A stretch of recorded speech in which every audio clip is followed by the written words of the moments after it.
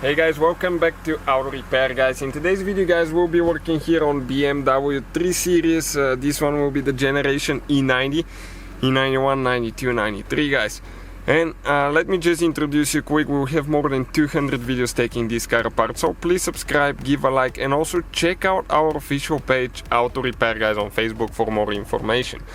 Now, in today's video guys, we will explain if your iDRIVE is stuck, the navigation or anything related to the iDRIVE is stuck and you click the buttons but they don't work. We'll show you, okay, how to fix that. Also, another thing is the other day we did not have any sound at all. The sound didn't work, okay. Here we didn't have clock, we didn't have date. It said the station name, but we did not know. Okay, we need to add some oil. We didn't know what was causing that. And then I had a malfunction on the screen here that says SOS, and the radio wasn't working, no sound at all.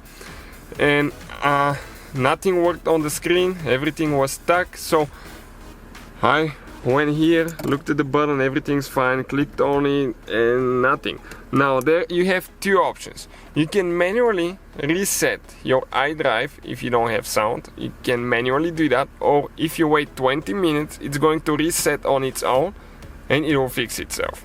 Most likely. That's in most cases. But if you do not want to wait, let me show you what you need to do now. Now right here you need to get your navigation CD out. Okay, get it out so you don't scratch it. Get your CD out if you have one CD. Pull that one out as well. Okay, like that. Now, if you want to manually reset the iDRIVE so you don't have to wait 20 minutes for the sound to come back, okay, you can see that's the volume button, that eject button for the map DVD, and the eject button for the CD. All three buttons need to be pressed at the same time. And when I do, the screen will reset. Check this thing out now, okay. And the iDRIVE is resetting. Now it's going to take close to 1 minute, I believe. Okay, it will be black screen for a little bit, and then okay, and then it's going to turn on.